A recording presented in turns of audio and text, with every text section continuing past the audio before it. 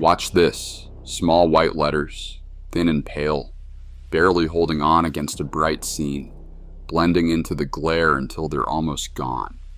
Easy to lose the moment you glance away and back. Now watch this. Same video, same TV, same seat, bigger text, bold and clear.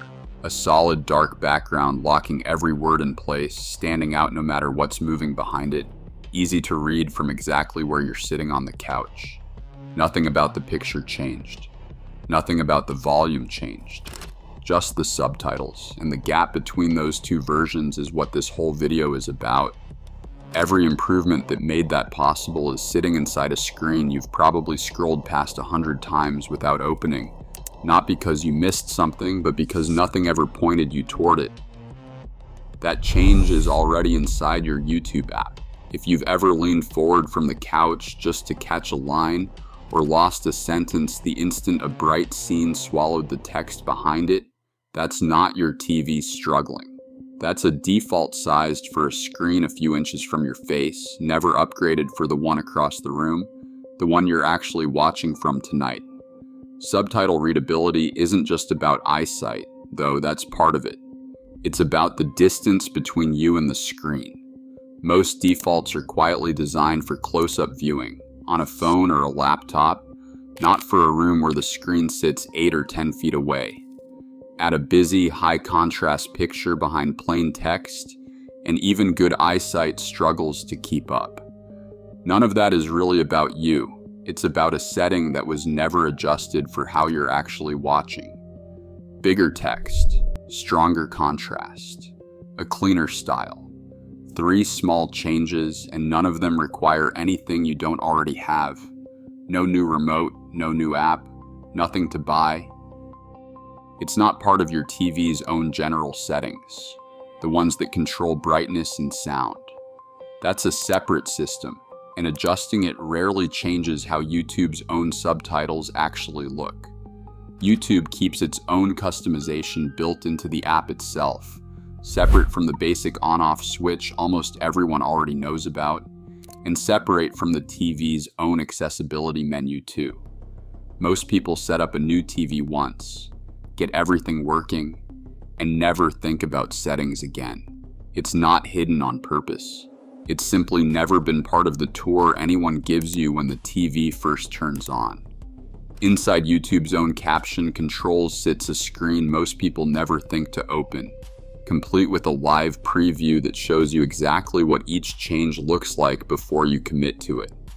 Finding it is only half the discovery. Everything behind it still defaults to settings nobody optimized for a couch. Start with the change most people assume is the whole fix. Size, built for a problem most defaults never account for, watching from several feet away instead of a few inches. Increase it, and now you know why that first transformation worked. Letters that used to blur together from across the room. Separate cleanly. Picture a subtitled interview packed with fast dialogue. You stop leaning in to catch the last few words, because the sentence is already big enough to read from right where you're sitting. That solves the most common complaint about TV subtitles. I can't read them from here. It's the fix most people already know to look for. It does not solve what happens next. Watch the moment the scene behind that bigger text turns bright. White text with no background doesn't shrink against a bright scene. It disappears into it, because plain white against a wash of white or pale color gives your eyes almost nothing to separate the two. A beach, snow, a bright kitchen, the words vanish completely mid-sentence, no matter how large you made them a minute ago. Sports commentary, breaking news, a bright talk show set, all of it can be just as unreadable as a beach scene, for the exact same reason. No separation between the letters and everything moving behind them. Add a solid high contrast background directly behind the text, and something changes immediately.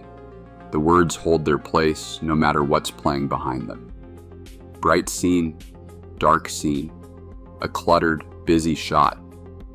None of it matters anymore, because the text is no longer competing with the picture for your attention. A separate option softens or intensifies the wider area around the caption too, though the background color alone usually does the heavy lifting.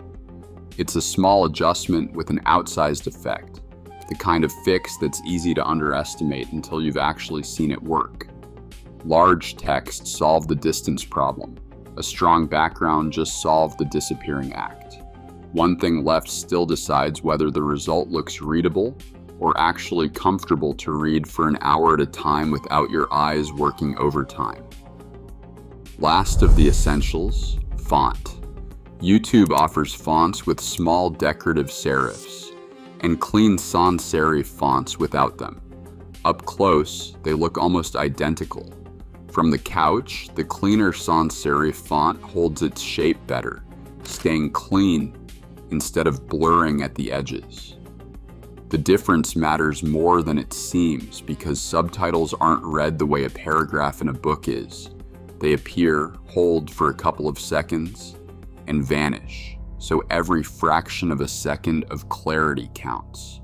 One more option worth knowing about: a thin outline or soft shadow around each letter, useful when a solid background would feel too heavy for the scene. Put it all together: bigger, high contrast, clean-edged, and the difference isn't subtle anymore. You stop leaning forward, you stop squinting. You simply read, the same way you would from 3 feet away instead of across a room. Bigger text, a stronger background, a cleaner font. That's the whole recipe. Every night before this, you were adjusting for a problem you didn't know how to fix, leaning in, replaying a line in your head, working a little harder than you had to for something that should have been effortless from the start. That's the part nobody tells you about default settings. They're rarely wrong. They're just never tuned for you specifically. That work is gone now. It's a small change, but it's the kind that quietly makes every evening in front of the TV a little easier. And here's the best part: you only have to do this once. This customization lives inside your signed-in YouTube account, not inside any single video, which means every documentary, every interview, every show you put on after tonight starts already fixed. On supported TVs, once it's set, YouTube remembers it for future viewing, tonight's show, tomorrow's, every one after that. 3 changes, a completely different way to watch. The tiny pale text this video opened with is gone. Same TV, same YouTube, now you can actually read the subtitles from the couch.